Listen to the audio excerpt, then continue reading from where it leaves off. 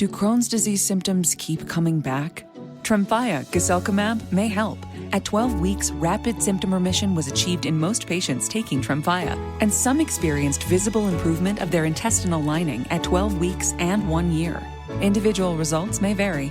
Tremfya is a prescription medicine used to treat adults with moderately to severely active Crohn's disease. Serious allergic reactions and increased risk of infections and liver problems may occur. Before treatment, your doctor should check you for infections and TB. Tell your doctor if you have an infection, flu-like symptoms, or if you need a vaccine.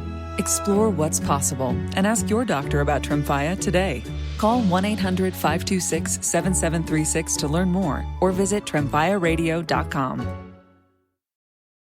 Heather is a nurse practitioner from United Healthcare. We meet patients wherever they live. During a house call, she found Jack had an issue. Jack's blood pressure was dangerously high. It was 217 over 110. So they got Jack to the hospital and got him the help he needed. He had had a stent placed in his heart, preventing a massive heart attack. If it wasn't for my guardian angel, I wouldn't be here. Hear more stories like Jack's at unitedhealthcare.com. Benefits, features, and/or devices vary by plan, area, limitation, and exclusions apply. Did you know 39% of teen drivers admit to texting while driving? Even scarier, those who text are more likely to speed and run red lights. Shockingly, 94% know it's dangerous but do it anyway. As a parent, you can't always be in the car, but you can stay connected to their safety with Greenlight Infinity's driving reports. Monitor their driving habits, see if they're using their phone, speeding, and more. These reports provide real data for meaningful conversations about safety. Plus, with weekly updates, you can track their progress over time. Help keep your teens safe. Sign up for Greenlight Infinity at greenlight.com/podcast.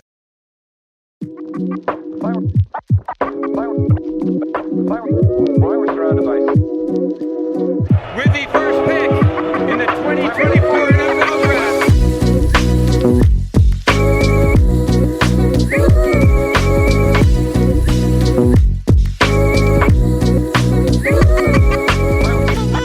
Welcome back into another episode of the Daft on Draft podcast. I am your co-host, Corey Kinnan, alongside Dalton Miller, as always. Today, we're going to continue on our summer scouting series, going through, again, postseason rankings, and we're going to land in Eugene, Oregon here, to the land of Phil Knight and Nike, and the endless uniform combinations that the Oregon Ducks can flaunt. But before we dive in, Dalton, you broke some news on Twitter today. X, whatever you want to call it. I did. I actually didn't do it today. I did it yesterday. Well, yesterday, yeah, I guess that's how podcasts work.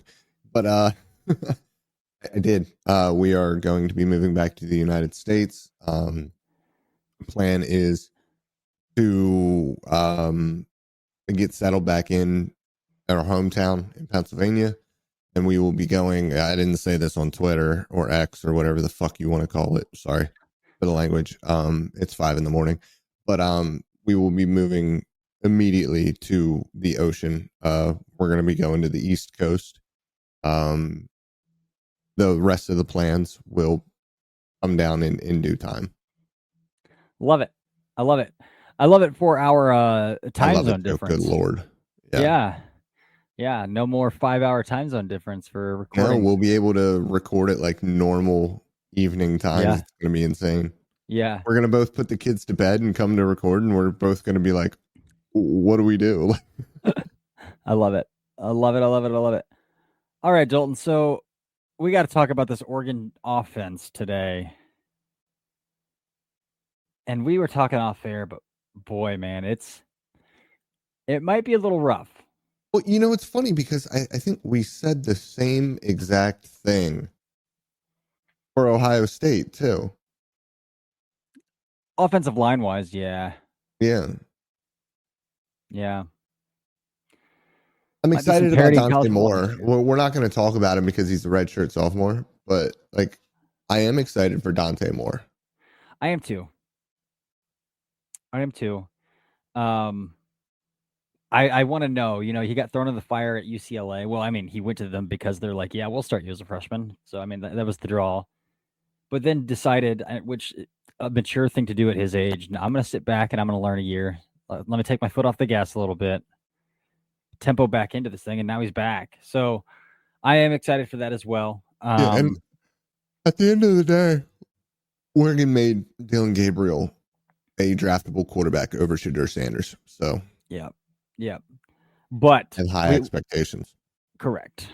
We cannot talk about the Oregon offense without addressing the elephant in the room that Evan Stewart did suffer an injury that is going to sideline him the entire 2025 season.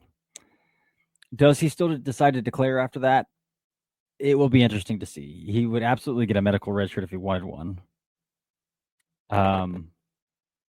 We'll see how that plays out. Outside of that, man, I think and just to postulate real quick, I think he'll come back because I think he'll make enough money at Oregon to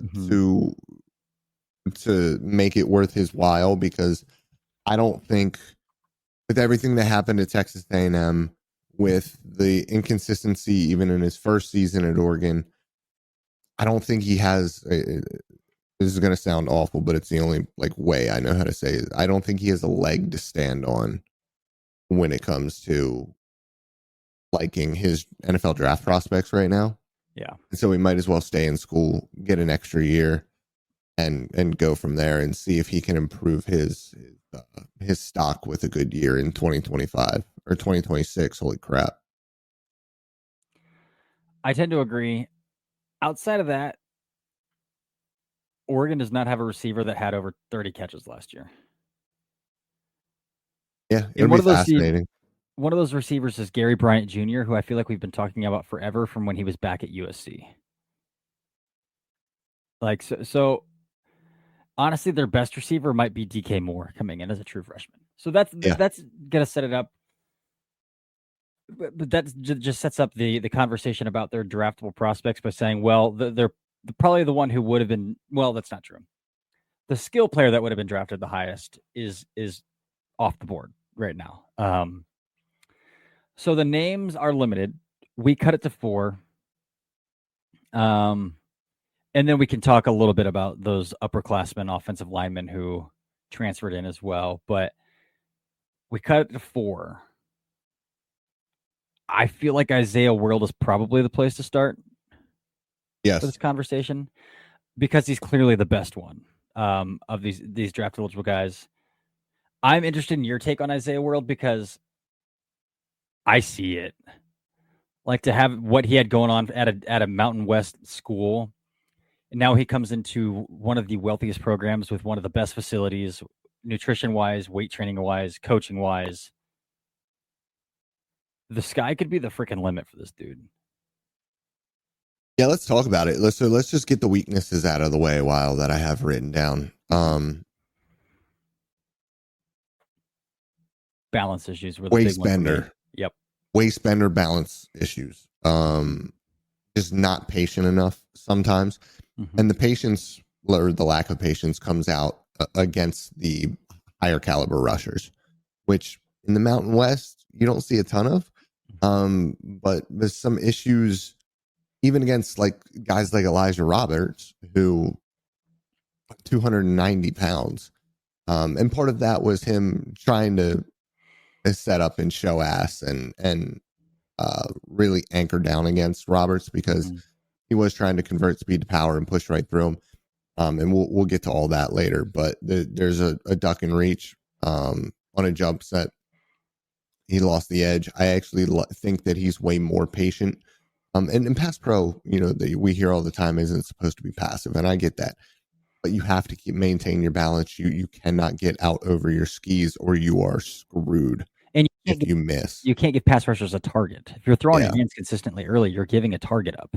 Mm-hmm. Susceptible to penalties. Mm-hmm. His left hand, which is his outside hand, obviously at left tackle, it can shoot a little bit high and into the face. His hands are wide as well. And now I like the way that they were taught, because it's the inside hand trying to get up and underneath of the armpit, which I think is a really steady spot, because I think that it keeps your half man relationship really, really good. The problem is the left hand coming wide, giving his chest up, and then also not being able to fire into their chest and actually give a little bit of a stun. I think he is, again, off balance too much. He was on the ground a ton versus Minnesota. And even though there's that half-man relationship with the inside hand, he still oversets too often as well.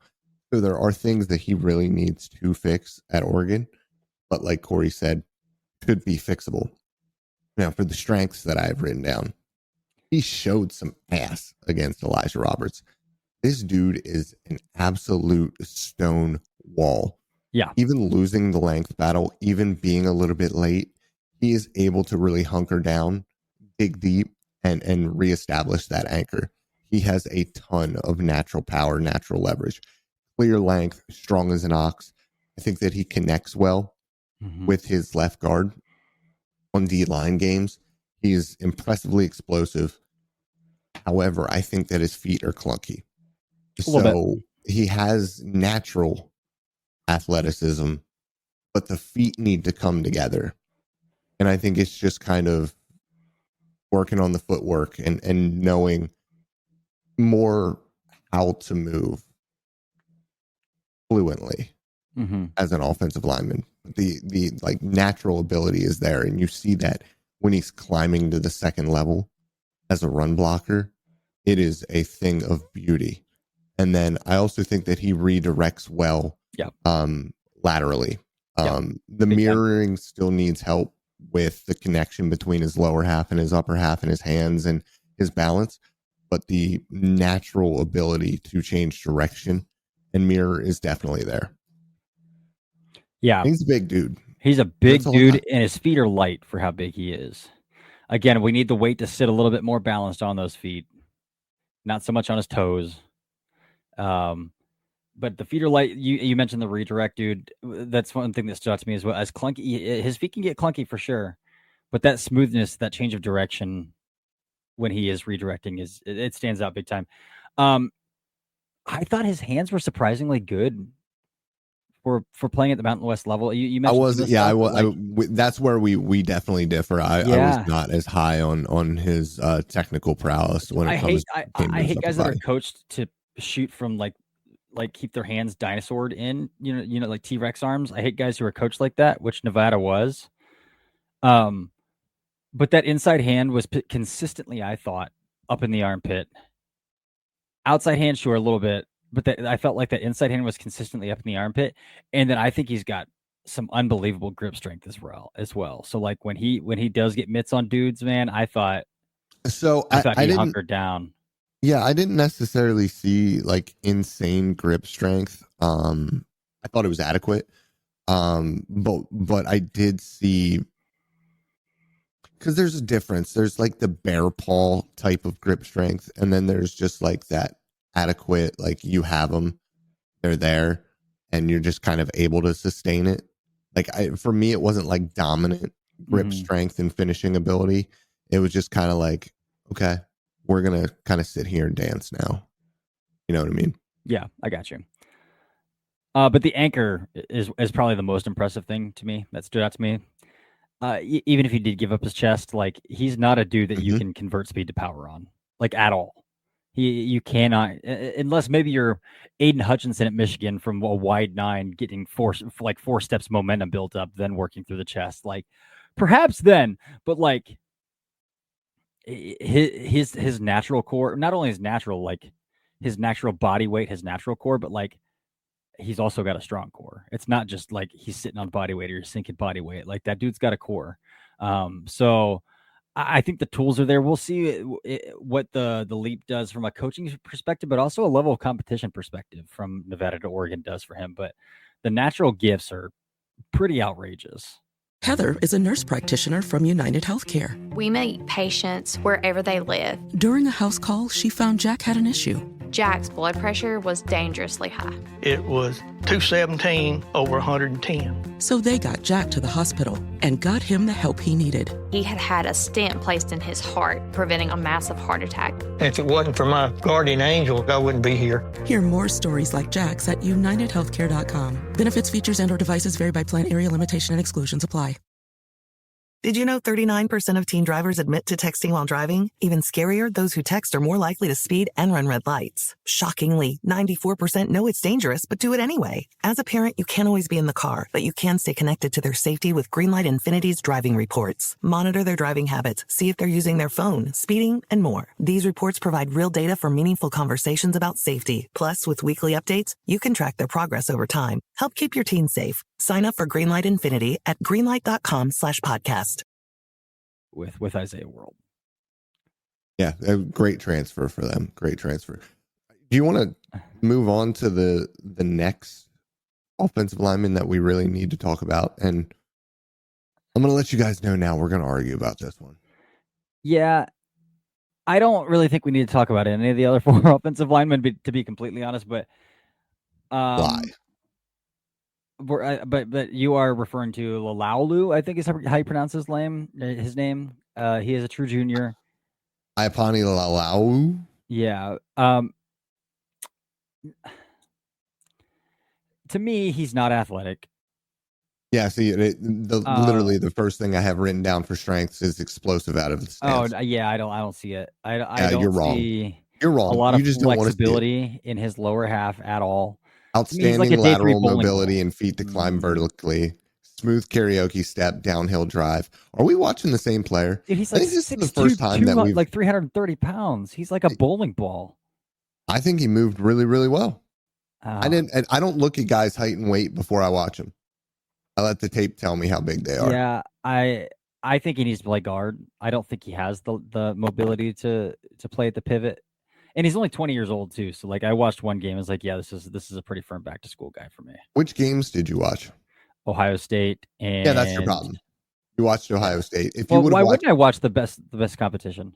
The best competition was Michigan, and he absolutely dominated Kenneth Grant, and he survived against Mason Graham. Yeah. And this is part of it. Like we're watching little bits and pieces of these guys. And usually we're watching the same games, and usually Corey and I have very similar ideas on these guys. But like, this is what I have written down for him. I watched Ohio State and I watched Michigan. And part of the reason why Corey is saying he needs to not play center on top of he believes he's not athletic enough is because there were probably 8 or 9 snaps against Ohio State that were just absolutely atrocious. Like you cannot play center being as bad as he was at snapping the football. He was absolutely fine against Michigan, and that's something that we need to keep track of as he is playing center again this year for Oregon. But I have written down a very, very strong performance against Michigan. He didn't have any poor snaps. He physically dominated number 78, and he survived against number 55. That shows impressive double and climb instinct timing versus Michigan.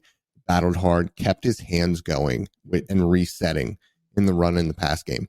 Him and Mason Graham fighting each other was like two bears fighting each other on the interior. It was a ton of fun to watch. And like I said, he survived against Mason Graham, and Graham got him a couple of times, and he got him a couple of times later in snaps or in reps as well. But man, he was absolutely dominant in that Michigan game, and that's what really stood out to me. Now, what I will say, there's like fluidity and explosiveness out of his stance. But I do think, and this is probably something that you saw against Ohio State, is that he does struggle to get across face of one techniques and seal on stretch concepts. And I think that's more of a technical thing than it is an athleticism thing, because I really, really like him when he does get into karaoke and is pulling a little bit. They do a lot of like pin and pull stuff at Oregon as well, to where the guard will down block and he'll come up and climb instead of just both of them shooting right. And so I like him in those situations. I like the smoothness to his athleticism. Is he a center? I don't know. Is he a guard? Probably. but I think that he has all the physical tools to be a very, very intriguing player going into the next level. And he's young. Like Corey said, he's 20. 20. Yeah, true junior, and he's only 20. So, yeah, we'll see how that one plays out. But yeah, you didn't. Yeah, I mean, and that's the thing. Like, you didn't see it, but we're really trying to like get through guys. We both have. I mean, Corey has a full-time job on top of watching guys for his daft on draft work and his film rooms and stuff. And so we are getting just bits and pieces of these guys right now. And so I might watch 4 or 5 games and have a completely different opinion on him. Or he might watch 4 or 5 games and have a completely different opinion on him. And that's just kind of the way that summer scouting goes. We do what we can with these guys. We try to see the physical traits. Now, not seeing the same physically in the two guys is interesting between me and Corey, because I think anatomically, biologically, we see guys very similarly when we see athleticism. And so it is interesting that Corey and I see Lalu a little bit differently, because we are usually pretty lockstep in how we see guys athletically. Yeah, it is. So the other 3 offensive line are all transferred in seniors. Well, 4 of the 5, I guess, if you consider Isaiah World, but the other 3 are not on Isaiah World's level. All old guys, like the other 3 6th year, 7th year guys are hardly draftable, in my opinion. And Emmanuel Pregnon, who's transferring from Wyoming to USC to Oregon, Matthew Bedford from Indiana, Alex Harkey from Colorado to Texas State to now Oregon. Those 3 guys, yeah, I mean, day 3 the earliest, probably trending towards UDFAs in my opinion. But again, I mean, in Harkey's case, I guess, but he's a redshirt senior. Like, he had a short stint at Colorado, but has spent most of his time at Texas State in a run and shoot offense. So, like, how much different philosophy and coaching wise could he see? We'll see. I think those guys are kind of what they are, though. Those past 3. We talked about Kenyon Sadiq a little bit off air. I actually like Jamari Johnson too, but he tore his ACL for Louisville at the end of the season, so who knows if he'll be ready week 1. I'm not going to sit here and pretend like I've been following up on Oregon spring practices and stuff. It's like impossible to catch up with college injury news anyways. Yeah. Kenyon Sadiq had like 30 targets. The limited reps he did have, I did see a really explosive athlete. If you go back and watch the Penn State game, he hurdles a dude on his way to the end zone. Very freak athlete, but again, let's see something like let's see something significant before we get too out of hand on him. And his measurables are a little bit funky. They're like 6'3", 238, right? Something like that. 6'2", 238. Yeah. A little bit short for a tight end. But. Yeah. So that's going to take us to running back, where there are 2 upperclassmen, 2 fourth year and a 5th year. Let's start with Makhi Hughes. I see it, and then I don't see it with Makhi. I don't know if that makes sense. Like, yeah, it does. Kind of the same kind of thoughts I had about Jordan James last year at Oregon. And I know you were a lot higher on Jordan James than I was, and he ended up going 5th round of the 49ers, I think. Mm-hmm. So Makhi Hughes, I see the short area quickness, and it's pretty awesome. I see the initial eyes, and I think that's pretty awesome. When he does stick his foot in the ground and go, I think his burst is just pretty ordinary. I didn't see like a hella explosive back, and I'm like, when he kicked it in, it's like, oh yeah, he's going, but like, this is like in my opinion, he looks like a 4, 5, 6 kind of guy. And then once he does get through that first level as well, his head goes down. So I don't think his eyes are overly active beyond that initial cut, that initial searching for a landmark to hit. Contact balance is probably a little bit above average. Like, he will run through some arm tackles, but he's not absorbing contact and bouncing off tacklers at a high rate. And in the passing game, I think his pass pro is up and down. The ups are really good. The downs are really down in terms of a pass protector. And then as a receiver, like, he'll catch some check downs, but he's not the kind of athlete, not the kind of lightning in a bottle that you are trying to isolate or trying to manufacture touches for in the passing game either. So like the goods, the short area quickness, the initial eyes, I think are awesome. Beyond that, and here we are back to agreeing all of a sudden. yeah. I have it written down. He's listed at 5'11", but he has the foot quickness of one of the 5'8" bowling ball guys. That's kind of how I see him. Mm-hmm. And then that same lack of long speed that so many of those 5'8" guys have, it's the same. Yeah. I do think that he is a bit of a big play threat, and not like a 70-yard big play threat, but like a 20 to 30-yard big play threat. I think that he has the manipulation ability to make a guy or two miss and then stride to the second and third level. He will get caught at the third level. But I do think that he has that. I think he has impressive juice as a downhill runner when it comes to like gap and power. Like when he makes the decision to get downhill, I do think that initial burst is there. I just don't think that there's a ton after that. And like you said, the vision when it comes to anything that's not gap power, not very, very simple, isn't as there. Like when I look at guys, and we talked about this a ton when we were talking about running backs this past class, but like there's a creative ability, and we talked about it with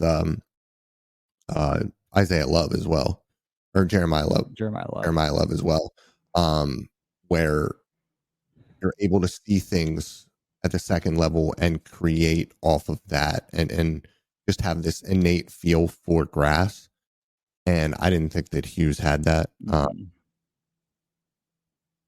But I do think that you're looking at a guy who could be a productive, a 4 yards and a cloud of dust kind of guy at the next level. Mm-hmm.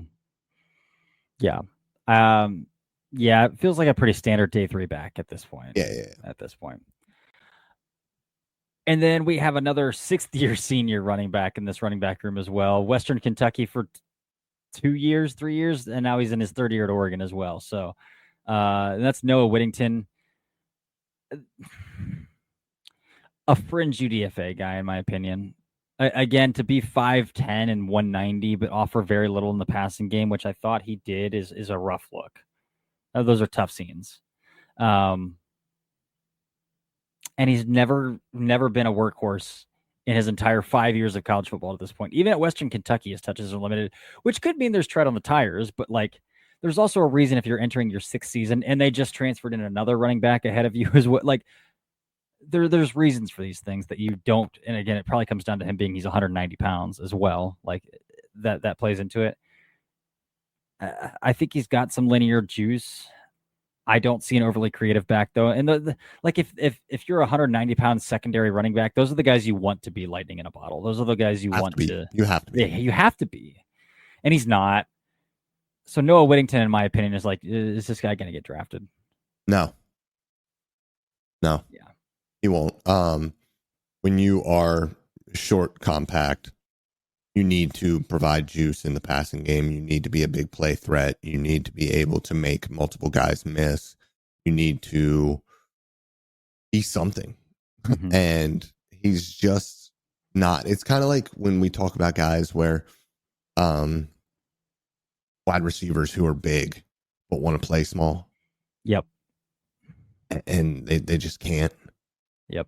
Noah Whittington just kind of has like an identity crisis as a runner, and it just doesn't work. And so, like, a fine enough college back, I don't think he's an NFL player. That just is what it is. Agreed. I think that's pretty much it for this Oregon offense. Excited about both those tight ends because Jamari Johnson did some cool stuff at Louisville last year before he went down with an injury. But we'll see how this kind of plays out there. On paper, outside of a miraculous, heroic hero ball campaign from Dante Moore, this Oregon team's a little underwhelming, in my opinion. They'll figure it out. This offensive line will connect well together, and that offense structurally is good enough to where they'll be able to get guys open. As long as Dante Moore is who we think Dante Moore is, this offense will be okay. Yeah. We'll see when it comes to competing against like some of the big boys in the Big Ten and beyond. But yeah, I think that's it, man. Do you have anything else? I'm really excited to talk about the defense. Yeah, Really there's some dudes on that defense, though. There are some dudes on that defense. Yeah. All right. Well, that's it for today. That's going to do it for this episode of the Daft on Draft podcast. Again, we're coming back to talk about Oregon's defense tomorrow, and then we're on to Texas Fest 4th. So until then, see ya. Did you know 39% of teen drivers admit to texting while driving? Even scarier, those who text are more likely to speed and run red lights. Shockingly, 94% know it's dangerous but do it anyway. As a parent, you can't always be in the car, but you can stay connected to their safety with Greenlight Infinity's driving reports. Monitor their driving habits, see if they're using their phone, speeding, and more. These reports provide real data for meaningful conversations about safety. Plus, with weekly updates, you can track their progress over time. Help keep your teens safe. Sign up for Greenlight Infinity at greenlight.com/podcast.